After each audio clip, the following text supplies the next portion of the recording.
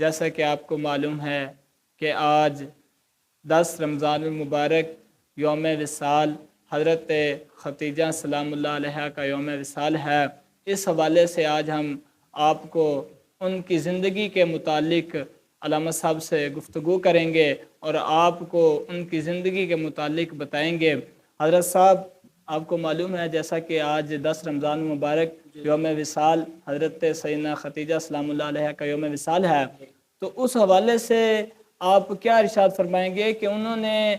کس مشکل گھڑی میں اور کن لمحات میں حضور علیہ الصلاۃ والسلام کا ساتھ دیا، جب حضور علیہ الصلاۃ والسلام کو سب چھوڑ کر چلے گئے تھے، اور اس وقت حضور علیہ الصلاۃ والسلام کی انہوں نے تصدیق کی جب حضور علیہ الصلاۃ والسلام کو لوگ جھٹلا رہے تھے، تو آپ ان کی زندگی کے متعلق کچھ باتیں اور حضور علیہ الصلاۃ والسلام کے ساتھ انہوں نے کس طرح سے اپنا وقت گزارا، ان کے مطابق آپ سامعین کو کچھ باتیں ارشاد فرما دیں۔ بسم اللہ الرحمن الرحیم، الحمدللہ وکفی والصلاۃ علی عبادہ الذین اصطفی، اما بعد فاعوذ باللہ من الشیطان الرجیم، بسم اللہ الرحمن الرحیم۔ قال اللہ تبارک و تعالی فی القرآن المجید والفرقان الحمید، ووجدک عائلا فاغنی، صدق اللہ العظیم وبلغنا رسولہ النبی الکریم الامین۔ بعد از حمد و ثنا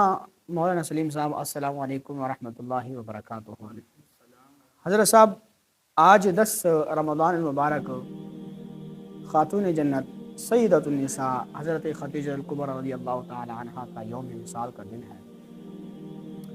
تو اس حوالے سے آپ نے جو کہا کہ ان کے زندگی کے بارے میں کچھ ہمیں باتیں بتائیں۔ حضرت صاحب، حضرت ختیجہ الکبریٰ رضی اللہ تعالی عنہ جو تھی وہ ایک عظیم شخصیت تھی عرب میں، ٹھیک ہے، یعنی آپ یوں کہہ لیں کہ نبی پاک علیہ السلام فرمایا کرتے تھے کہ اس دور کی، یعنی جو سابقہ جو امت گزری، سابقہ جو کیا کہتے ہیں قومیں گزری، اس دور کی جو خاتون جنت تھی وہ مریم تھی، حضرت مریم سلام اللہ علیہا تھی، اور اس دور کی جو خاتون جنت ہے، اس دور کی جو میری امت کی جو سب سے بڑی عورت ہے وہ ہے حضرت ختیجہ الکبریٰ رضی اللہ تعالی عنہ۔ اچھا، اب جب نبی پاک علیہ السلام نے نا نبوت کا اعلان کیا، اب اعلان نہیں کیا تھا، جب نبی پاک علیہ السلام کے معجزات ظاہر ہو رہے تھے ہر طرف، نبی پاک علیہ السلام کی ایمانداری کے، آپ کے جناب خلوص کے، آپ کے جناب مہربانیوں کے چرچے تھے ہر طرف، تو اس دور میں حضرت ختیجہ الکبریٰ رضی اللہ تعالیٰ عنہ جو تھی اہل عرب میں سب سے مشہور ترین کاروباری شخصیت تھی، آپ تجارت کرتی تھے۔ آپ روایت میں آتا ہے کہ آپ کے 80,000 اونٹ 80,000 اونٹ جو ہے نا وہ آپ کے جو تجارت کا سامان لے کر جاتے تھے دوسرے ملک، شام، یمن، لبنان، اردن وغیرہ وغیرہ بڑے بڑے ممالک میں جو ہے نا اس وقت آپ تجارت کرتے تھے، یعنی آپ اتنی بڑی شخصیت تھی، آپ ایک نمایاں شخصیت اہل عرب میں۔ تو جب حضرت ختیجہ الکبریٰ رضی اللہ تعالی عنہ نے جب یہ سارے آپ کے قصے سنے اور پھر آپ نے تصدیق کے لیے کہ واقعی یہ جو باتیں کر رہے ہیں یہ نبی بھی ہے کہ نہیں ہے، یا واقعی جو لوگ ان کے بارے میں باتیں کر رہے ہیں واقعی اتنے ایماندار ہے بھی کہ نہیں ہے، تو آپ نے آپ کا جو ایک غلام تھا نبی پاک علیہ السلام کو آپ نے قافلہ دیا اور آپ نے کہا کہ ملک شام کی طرف وہ چلے گئے، نبی پاک علیہ السلام قافلہ لے کر چلے گئے، اور وہ جو آپ کا غلام تھا حضرت ختیجہ الکبریٰ رضی اللہ تعالیٰ عنہ کا جو غلام تھا اس کو بھی ساتھ بھیج دیا، اس قافلے کے ساتھ بھیج دیا،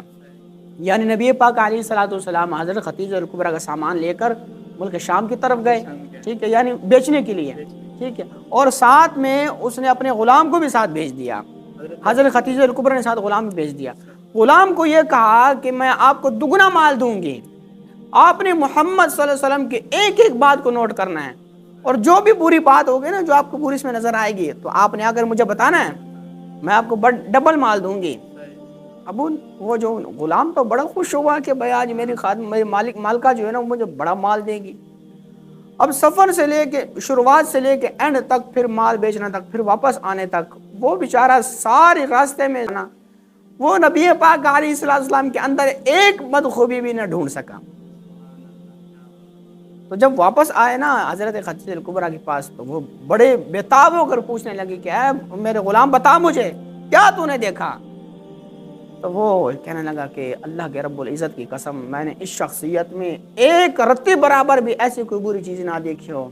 کہ جو واقعی ایک انسانیت کے خلاف ہو یا واقعی دین اسلام کے خلاف ہو۔ تو اس وقت سے پھر حضرت خدیجہ الکبریٰ رضی اللہ تعالیٰ عنہ کے دل میں ایک تو ایمان کی جو شمع تھی وہ روشن ہو گئی ہے، یعنی یوں کہہ لیں کہ آپ نے دل دل میں نبی پاک علیہ السلام پر ایمان لا چکی تھی، اور آپ دل دل میں آپ یہ تمنا کرتے تھی، خواہش کرتے تھی کہ میں نبی پاک علیہ السلام کی شادی مبارک ہو جائے۔ آپ کا اخلاق دیکھ، ٹھیک ہے، ہاں۔ اور روایت میں یہاں تک بھی آتا ہے کہ حضرت خدیجہ الکبریٰ رضی اللہ تعالیٰ عنہ رات کو اٹھ کر رو رو کر اللہ سے دعا کرتے تھے کہ اللہ مجھے محمد صلی اللہ علیہ وسلم کے نکاح میں دے دے۔ اچھا، اب یہ میں نے آیات پڑھی نا کہ اللہ نے وجدک عائلا فاغنا، اب یہ جو آیات ہے نا یہ حضرت خدیجہ الکبریٰ رضی اللہ تعالیٰ عنہ کے شان میں نازل ہوئی ہے، یعنی اس وقت جب نبی پاک علیہ الصلوۃ والسلام کو ان مال و دولت کی انتہائی اشد ضرورت تھی، ٹھیک ہے، تو حضرت خدیجہ الکبریٰ رضی اللہ تعالیٰ نے جب نبی پاک علیہ السلام کے نکاح میں آئیں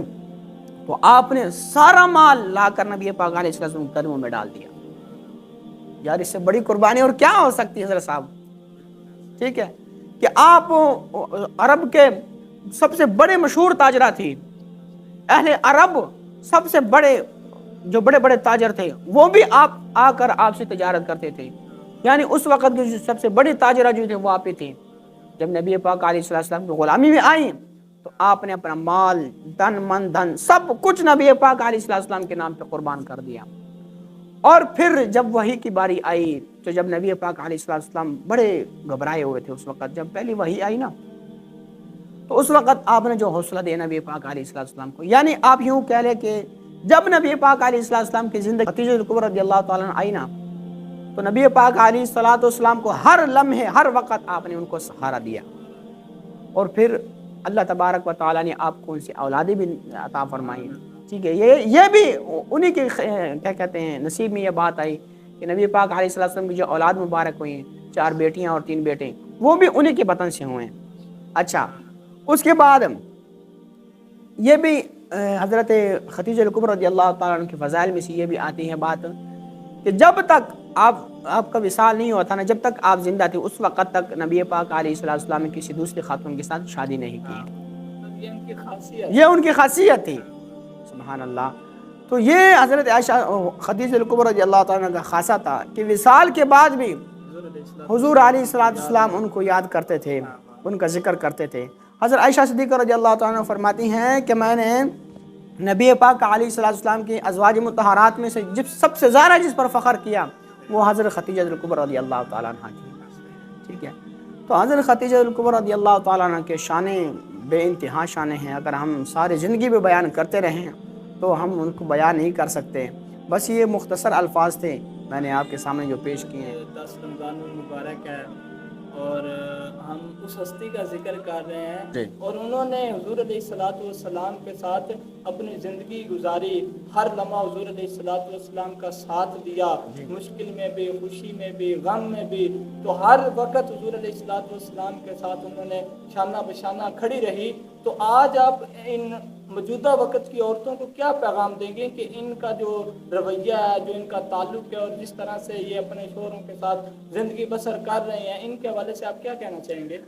جی مولانا، حضرت خدیجہ الکبریٰ رضی اللہ تعالیٰ عنہ کا جو ایک رول ماڈل تھا نا وہ اس امت کی جو عورتیں ہیں ان کے لیے ایک نمونہ ہے، ٹھیک ہے۔ اس امت کی جو عورتیں ہیں، آج کل کے جو خواتین ہیں، چند چھوٹی چھوٹی باتوں پر اپنے خاوند کے ساتھ جھگڑے کرتی ہیں، لڑائیاں کرتی ہیں، ہر بات پر بحث مباحثہ کرتی ہیں، ٹھیک ہے۔ لیکن آپ کبھی آپ کو موقع ملے، میں اپنی بہنوں سے یہ گزارش کر رہا ہوں، کبھی موقع ملے نا تو آپ حضرت خدیجہ الکبریٰ رضی اللہ تعالیٰ عنہ کا جو ان کی جو سیرت ہے اس کو پڑھیں، لازمی پڑھیں، ہر عورت اس کو پڑھے، ٹھیک ہے، کہ انہوں نے ساری زندگی نبی پاک علیہ السلام کی اتباع کی، یعنی اتنی بڑی تاجرہ ہونے کے باوجود، اتنا بڑا مقام و مرتبہ ہونے کے باوجود جب نبی پاک علیہ السلام کی غلامی میں آئی پھر اپنے آپ کو مٹا دیا، ٹھیک ہے۔ اب جب ایک عورت ایک خاوند کے نکاح میں آتی ہے تو پھر یہ ٹوٹلی طور پر اس کی ہو جاتی ہے، ٹھیک ہے۔ پھر اس عورت کو اپنی انا پرستی، اپنی کیا کہتے ہیں جو خود غرضی، اس کو ختم کرنا ہوتا ہے، اپنی خاوند کی اتباع اس کی لازمی ہے۔ اگر وہ اپنی خاوند کی اتباع نہیں کرے گی تو پھر یقین مانیں کہ وہ خوبصورت زندگی نہیں گزار سکتی۔ کہ اگر اللہ کے بعد کسی کو سجدے کا حکم ہوتا تو وہ عورت کو حکم ہوتا کہ اپنے خامد کو سجدہ کرے. بالکل بالکل. تو عورت کا